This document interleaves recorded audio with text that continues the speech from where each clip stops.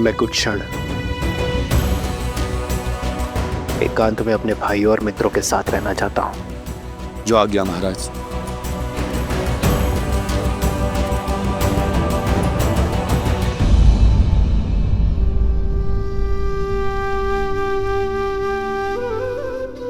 लक्ष्मण,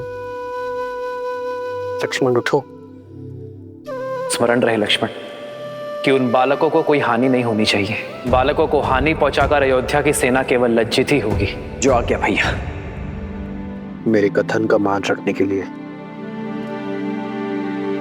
तुमने अपने प्राण संकट में डाल दिए लक्ष्मण। उनका रक्त ना बहे इसलिए अपनी सुध खो बैठे।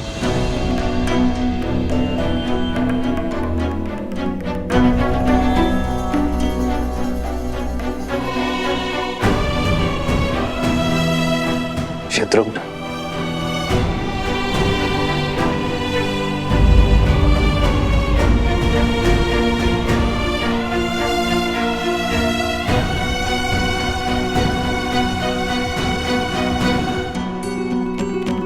जय श्री राम।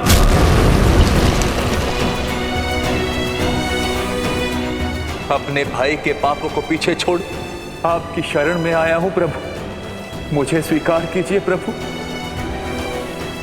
विभीषण,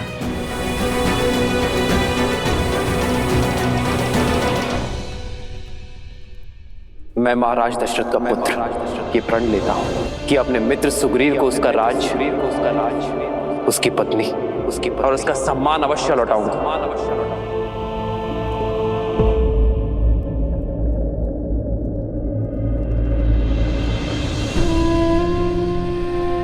भरत, भरत मेरे भाई, उठो भरत, तुम्हारे राम भैया आए हैं। जाओ भरत, बिना किसी बंधन के जाओ। चाहे अब उन 2 बालकों को जो दंड देना पड़े दो, और अयोध्या का अश्वमेध यज्ञ पूर्ण करवाओ।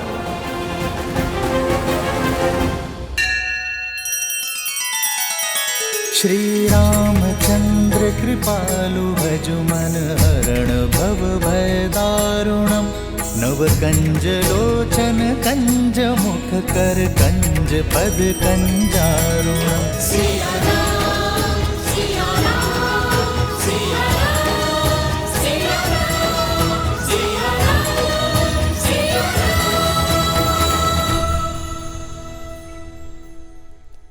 स्मरण रहे, माता कहती है धैर्यम सर्वत्र साधनम। भाग्य भी साथ साधने वालों का साथ देता है। कल हम पुनः श्री राम के समक्ष जाकर उनका सामना करेंगे। किंतु सत्य तो ये भी है ना भैया, यदि आज सूर्यास्त नहीं हुआ होता तो हम जीवित नहीं होते। नहीं भैया, मैं भयभीत नहीं हूँ, मृत्यु का भय नहीं है मुझे। मैं तो केवल ये बात सोचकर व्यथित हूँ कि यदि आज हमें कुछ हो जाता तो माता का क्या होता। उन्होंने अपना पूरा जीवन अकेले बिता दिया, हमारे होने के आभास के साथ निकाल दिया, किंतु शेष जीवन किसके सहारे बिताती।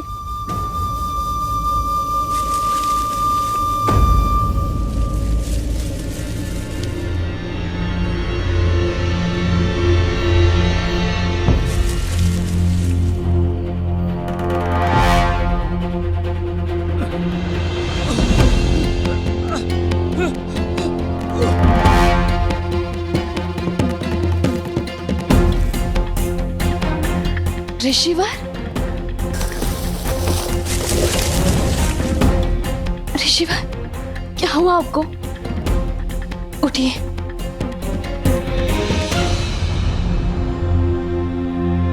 हे देवी, सहायता कीजिए। कुछ असुरों ने हमारे आश्रम में घुसकर हमारे सभी साधु संतों को बंधक बना लिया है, और जब मैं भागने लगा तो मुझ पर प्रहार कर दिया और इस दिशा में भेज दिया। किसी वन देवी को यह संदेश देने को कहा। वो कह रहे थे कि वन देवी उन्हें ढूंढ रही हैं और वो वहीं हमारे आश्रम में वन देवी की प्रतीक्षा करें। मुझसे और नहीं चला जा रहा था, शरीर घायल हो गया था, शरीर से रक्त बह रहा था, मैं यहीं झाड़ियों में गिर गया। हे देवी, आप ये संदेश उस वन देवी तक पहुंचा दीजिए, आप हमारे आश्रम को बचा लीजिए। आपने उचित व्यक्ति से ही सहायता मांगी है ऋषिवर। मैं ही हूं वन देवी और मैं ही उन असुरों को ढूंढ रही हूं। आपके आश्रम और आश्रम वासियों को मैं बचाऊंगी। आप यहीं रुकिए, तब तक मैं उन दुष्टों को दंड देकर आती हूं। अपने भाइयों को कष्ट में देखकर मेरा मन पीड़ा से भर जाता है। उठो भरत। भरत, तुम्हारे राम भैया आए हैं। भरत उठो। भरत। लक्ष्मण, लक्ष्मण तुम तो उठो। लक्ष्मण। शत्रुघ्न, मित्र, मित्र उठो। विभीषण, देखिए ना, मैं आ गया हूं। आप सब मेरे आदेश का निरादर क्यों कर रहे हैं?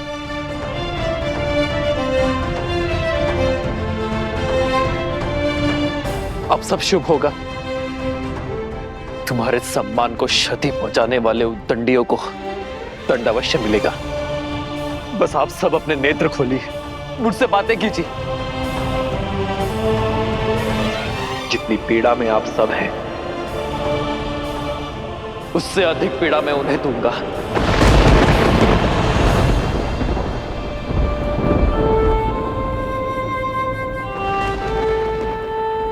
महाराज के स्वर में इतनी पीड़ा, चलकर देखना चाहिए।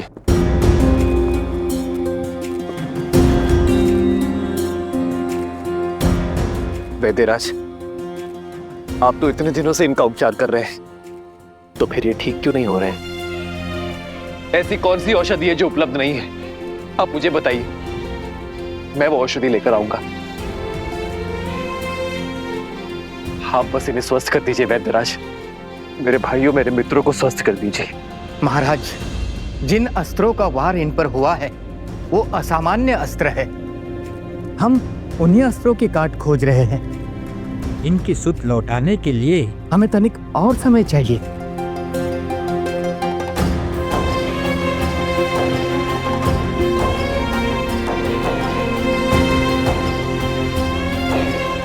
लक्ष्मण,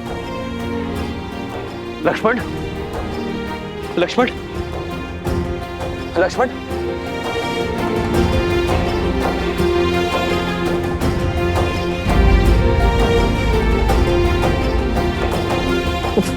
भरत,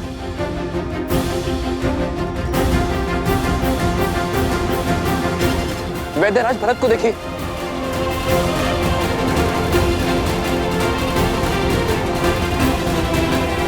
उपवैद्य, सभी जड़ी बूटियां अति शीघ्र ले आओ। इसी क्षण हमें इनके प्राण बचाने होंगे, अन्यथा अनर्थ हो जाएगा।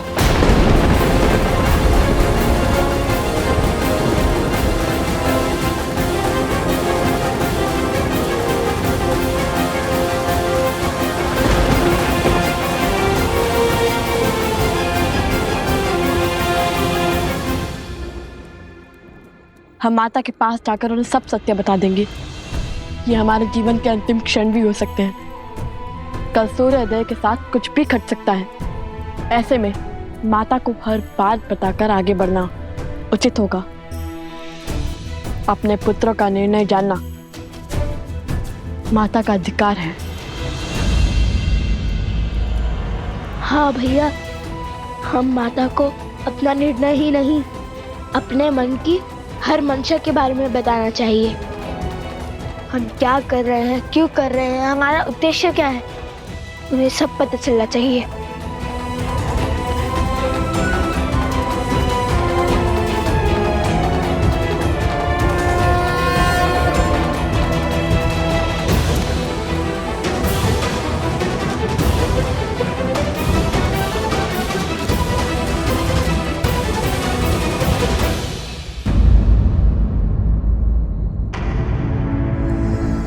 आओ सीता, भीतर आओ। वनदेवी, मुझे परिचय की क्या आवश्यकता है? पुराना शत्रु हूं तुम्हारा। ये स्वर, ये कंपन,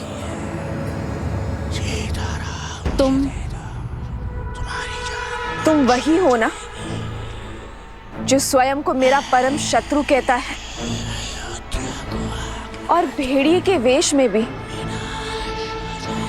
तुम ही ने प्रहार किया था ना?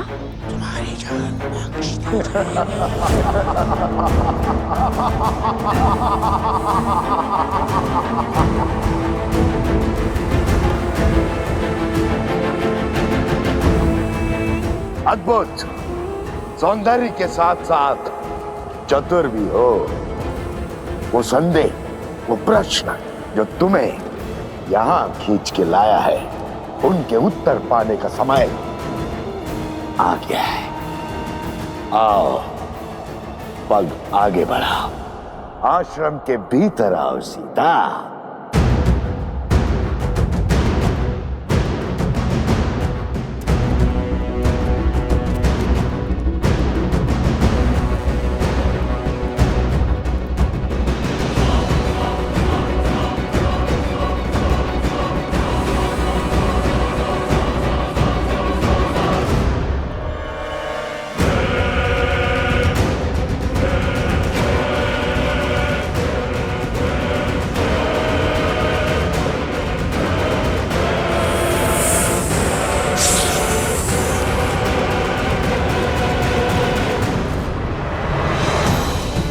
माता, माता, माता, माता।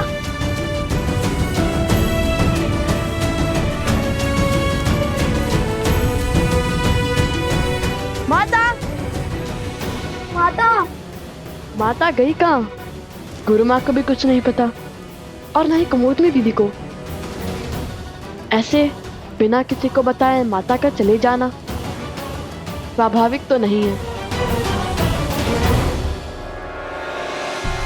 माता, आप वहाँ हैं क्या? भैया, आप माता को वहाँ देखिए, मैं यहाँ देखता हूँ।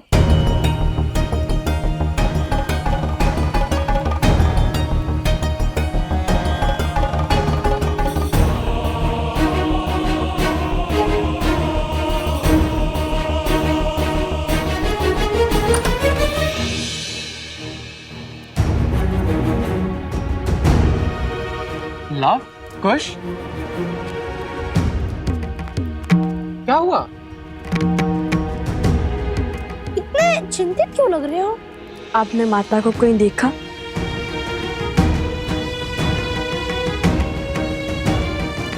वनदेवी का तो संदेह से कुछ पता ही नहीं है। आश्रम से बाहर निकली थी, भैया ने देखा था, तब से लौटी ही नहीं। क्या? माता संध्या से ही नहीं लौटी?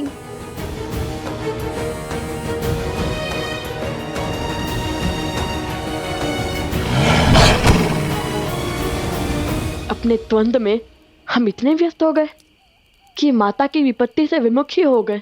नहीं भैया, हमारे होते हुए हमारी माता पर विपत्ति आ जाए तो हमारे जीवन का क्या अर्थ, हमारे श्वासों का क्या लाभ?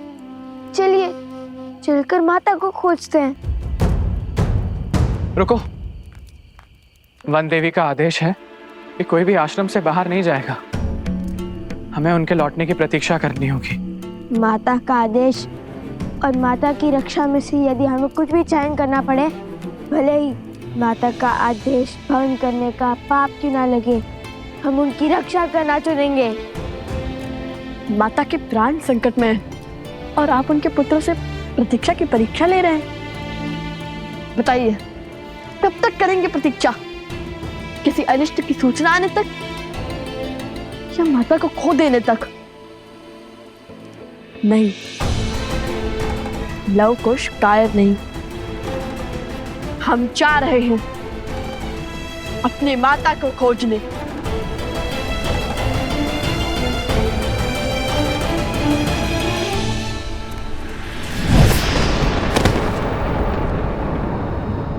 ये कैसी माया है? मेरी तनिक सी माया को नहीं पहचान पा रही हो सीता, तो मुझे क्या पहचानोगी? ये वही माया है जिसका उपयोग वर्षों से तुम्हारे परिवार के विरुद्ध करता आया हूं मैं। अब इसी माया से तुम्हारे पुत्रों के हाथों तुम्हारे पति के प्राण लेने हैं मुझे। बहुत पुराना प्रतिशोध पूर्ण करना है तुमसे। अपना बल दिखाने का प्रयास मत करना, अन्यथा एक चुटकी बजाते ही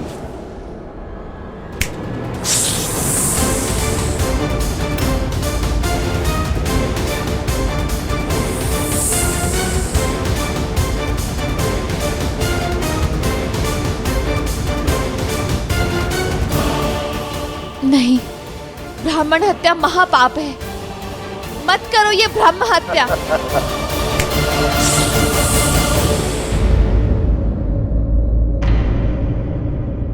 अभी भी मुझे पाप पुण्य का भेद समझा रही हो।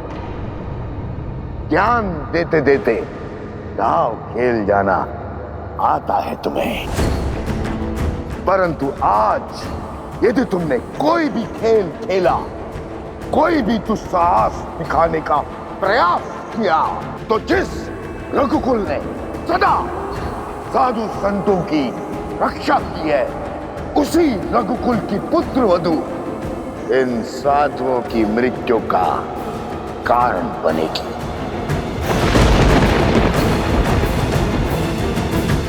इनके वध की साधन बनेगी और साक्षी भी।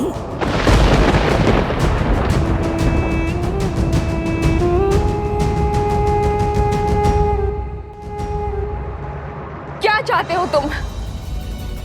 क्यों मेरे कारण इन ब्राह्मणों को दंड दे रहे हो? यदि तुम्हारे प्रतिशोध की अग्नि तुम्हारे पीड़ा बुझा सकती है, तो प्रहार मुझ पर करो। यदि तुम बहुत बड़े मायावी हो, तो मेरे सामने आओ, या फिर एक स्त्री के सम्मुख आने से भयभीत हो तुम। यदि तुम मेरा परिचय जानते हो, मेरा सत्य जानते हो, तो तुम ये भी जानते होगे कि तुम्हारे जैसे एक असुर ने एक स्त्री की सुचिता को तार तार करने का प्रयास किया था, जिसका अंत इतना भयावह हुआ था कि 10 दिशाओं के राजा के परिणाम की गाथा से 10 दिशाएं कांपने लगी थी। स्मरण रहे, पाप केवल तब तक संभल पाता है जब तक पुण्य शीश नहीं उठाता। धर्म की शक्ति के आगे अधर्म को नतमस्तक होना ही पड़ता है, जैसे श्री राम के आगे रावण को अपने घुटने टेकने ही पड़े थे।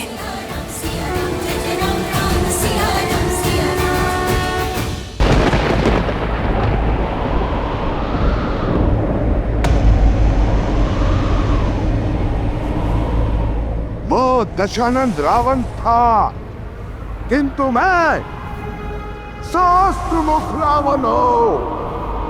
सहस्त्रमुख रावण।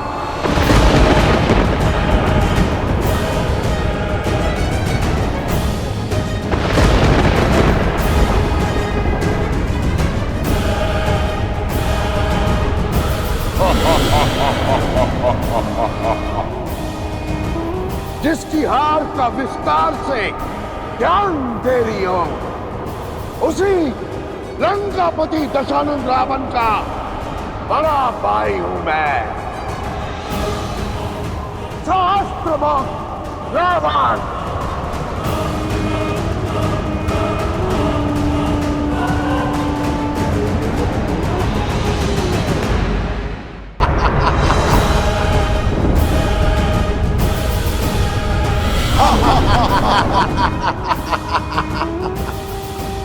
जिसकी हार का विस्तार से ज्ञान दे रही हो, उसी लंकापति दशानंद रावण का बड़ा भाई हूं मैं।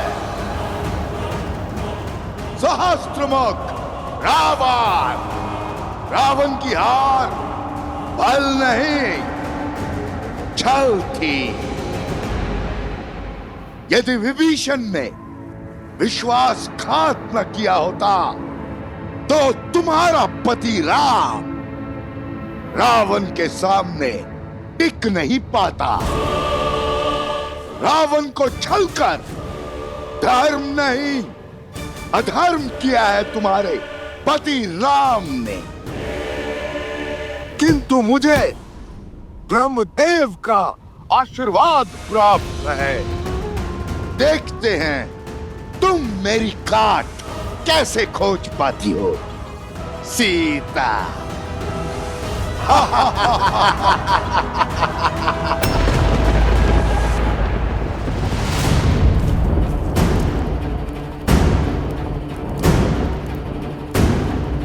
रुको कुश।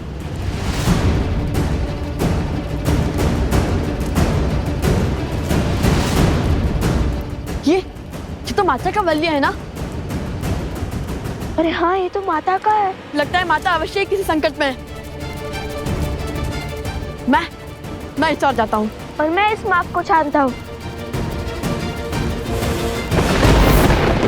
अब राम की सीता का अंत रामायण की इस कथा को सदा सदा के लिए अपूर्ण रखेगा।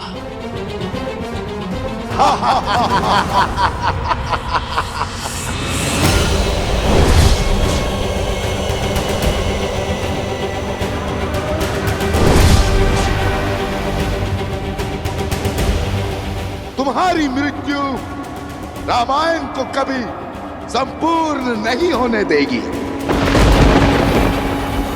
तुम्हारी मृत्यु सिया राम को कभी एक नहीं होने देगी। संसार सदैव तुम्हारे विचार और त्याग से अनभिज्ञ रहेगा। तुम्हारी मृत्यु राम राज्य की कल्पना का अंत होगी। तुम्हारी मृत्यु के पश्चात ना ही रघुवंशी राम बचेगा, ना ही रघुकुल का वंश, और ना ही राम सीता के विचार। कुछ शेष बचेगा तो मेरा फैलाया लोक अपवाद, मेरी आसुरी सोच।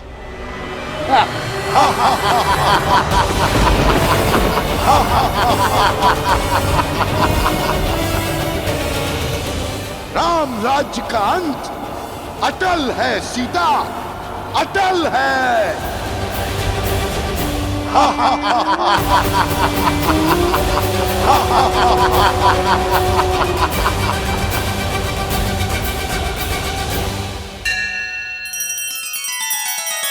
श्री रामचंद्र कृपालु भजु मन हरण भव भय दारुणम।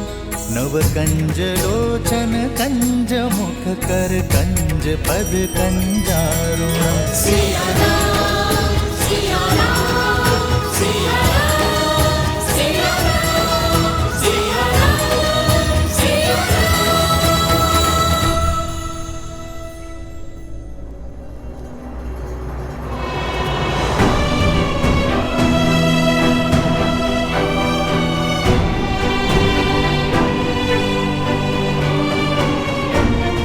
वैद्यराज, वैद्यराज कुछ बताइए ना, इन सबको हो क्या रहा है? इन सब के मुंह कितने श्वेत क्यों पड़े हैं? ऐसा लगता है जैसे सारा रक्त शरीर से निकाल लिया गया हो। पता नहीं महाराज, इन सब की मूर्छा आकस्मिक बढ़ती जा रही है। कोई उपचार, कोई औषधि काम नहीं कर रही है। समय हाथ से निकल रहा है महाराज।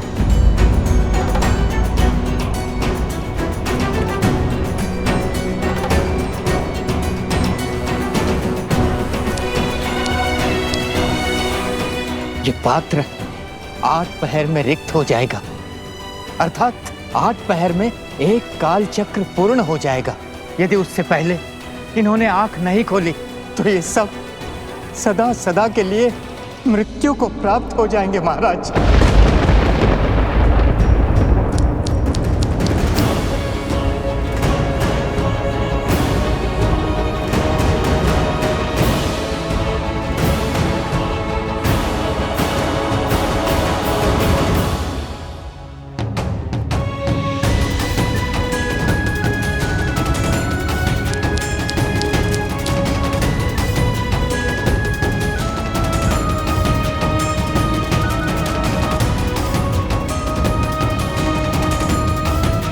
कोई तो औषधि,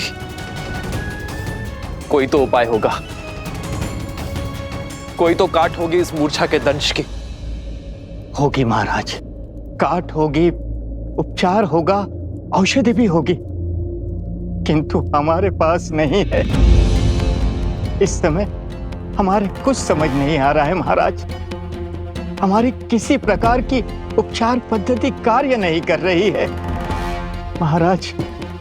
हम विवश हैं, हमें क्षमा कीजिए महाराज।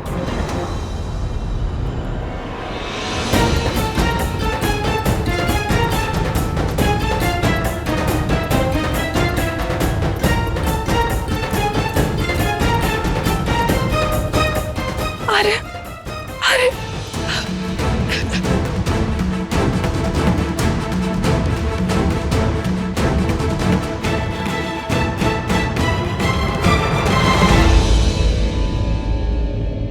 क्षमा प्रार्थी है ये राम, जिनके होते हुए ये सब। क्षमा कैसी महाराज, ये तो हमारा सौभाग्य है कि हमारे पति अयोध्या और आपकी सेवा करते करते वीर गति को प्राप्त हो जाएंगे।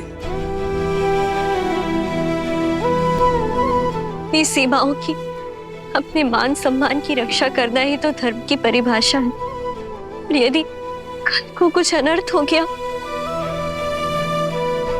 तो कम से कम इस बात की संतुष्टि तो रहेगी कि अयोध्या के माथे कोई कलंक नहीं होगा। रघुवंश सदा सूर्य की भांति चमकेगा।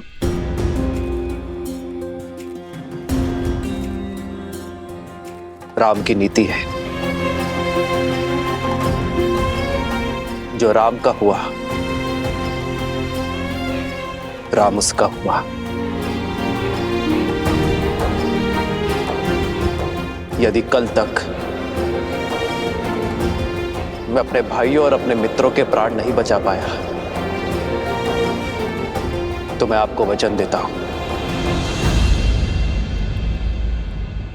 कि कल मैं भी जीवित ही लौटूंगा।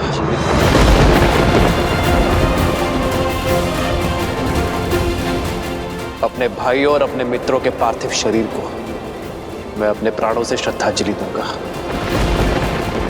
ये राम का वचन है, ये राम का वचन है।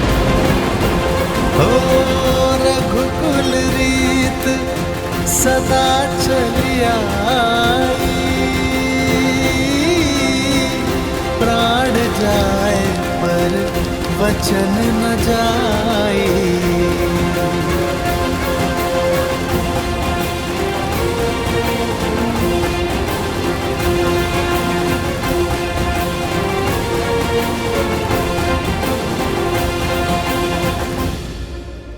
मुझे तुम्हारे साथ की शक्ति की आवश्यकता है सीते।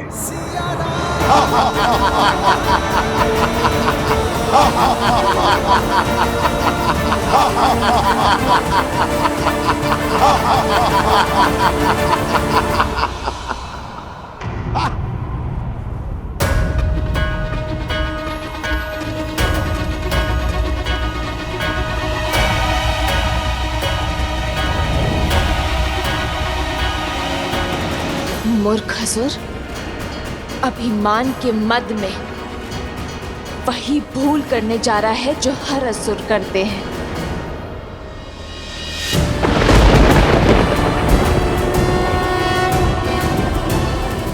अपने भाई की मृत्यु के बाद भी ये बात नहीं समझे तुम अपनी शक्तियों के चलते तुम उस संतुलन को बिगाड़ने का कार्य कर रहे हो जो इस संसार का आधार है। अपनी शक्तियों में इतनी दृष्टिहीन हो गए हो तुम कि स्वयं को त्रिलोक के स्वामी समझ बैठे हो। तुमने इस सत्य को बताकर मेरे सामने आकर बहुत बड़ी भूल कर दी है सहस्त्रमुख। क्या चंचलाक्षी को भूल गए हो सहस्त्रमुख?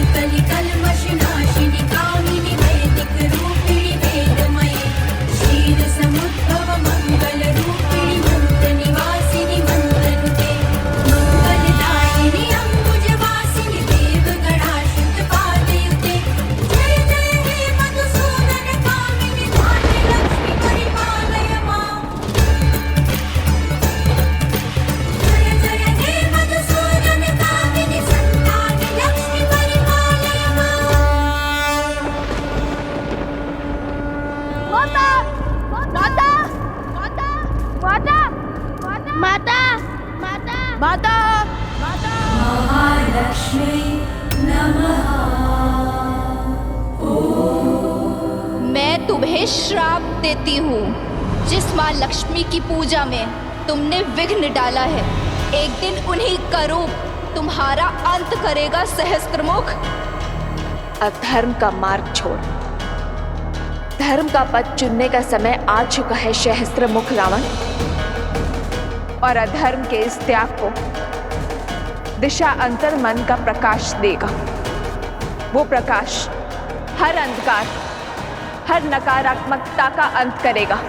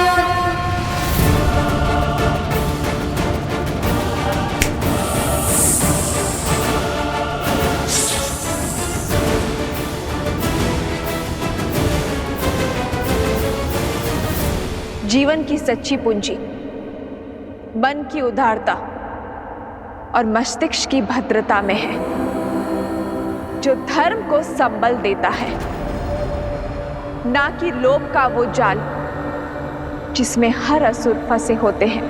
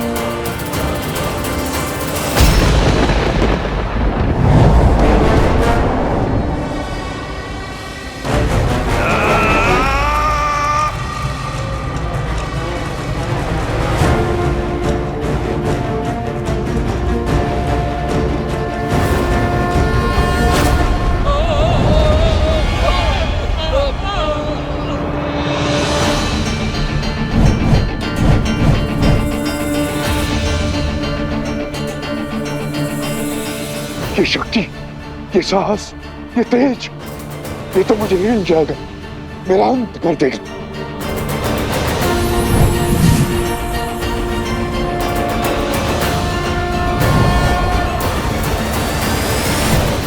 मैं चाहूं तो इसी क्षण तुम्हारे पापों का अंत कर सकती हूं, तुम्हारा वध कर सकती हूं। इस संसार, इस सृष्टि और इस ब्रह्मांड से तुम्हारा हर चिन्ह मिटा सकती हूं, किंतु अभी वो समय नहीं आया है। तो अपने इस जीवन दान का उपयोग अपने पापों के प्रायश्चित में उपयोग करो, क्योंकि यदि इस क्षण के बाद हम दोबारा मिले तो वो तुम्हारे जीवन का अंतिम क्षण होगा। कालो ही कारण धर्मस्य कालो जय पराजय, काल सर्वस्य हेतु सदा संयम पालयेत्।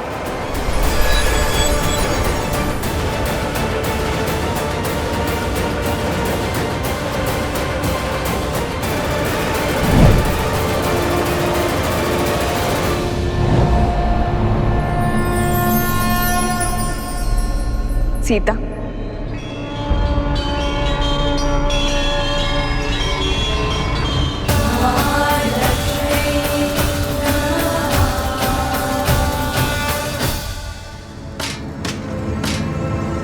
मैं हार गया। वो सीता लक्ष्मी है,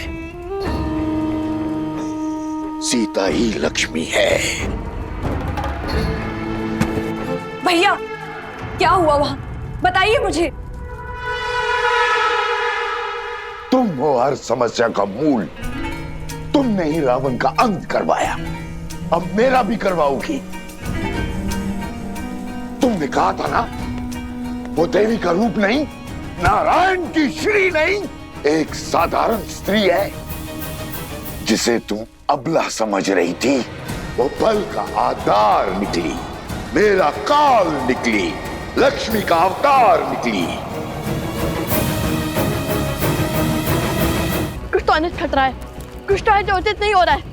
मुझे बहुत चिंता हो रही है। शीघ्र चलो कोश, मेरा मन बहुत घबरा रहा है। माँ तो कोई संकट में ना हो। हाँ, मैं ही तुम हो सीता, और तुम मैं, अर्थात लक्ष्मी, नियति को चलाने वाली नारायण की श्री। किंतु तुम्हारे मानव रूप को ये भान नहीं है, और ये निर्णय भी हमारा था। किंतु तुम्हारी समस्याओं का समाधान निकालने के लिए मुझे तुम्हारे भीतर से आना ही पड़ा। तुम्हारा ये जानना अति आवश्यक था कि इन सभी षड्यंत्रों के पीछे कौन है। यदि हमने ये नियति चुनी है तो अवश्य ही इसके पीछे कोई बहुत बड़ा उद्देश्य होगा। अवश्य। देवी, आवश्यकता से अधिक ज्ञान उद्देश्य में संदेह को जन्म देती है। व्यक्ति हर बात, हर घटना, हर मनुष्य के कर्म के पीछे संदेह करता है, किंतु सीता के जन्म में संदेह का कोई स्थान नहीं है। इसलिए कृपा करके आप मेरी स्मृति से इस ज्ञान का हर अंश मिटा दीजिए। तथास्तु।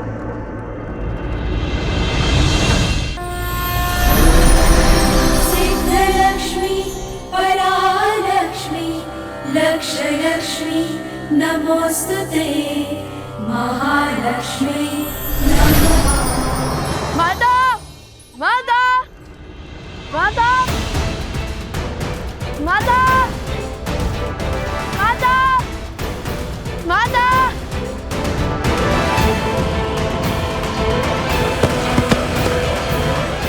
माता,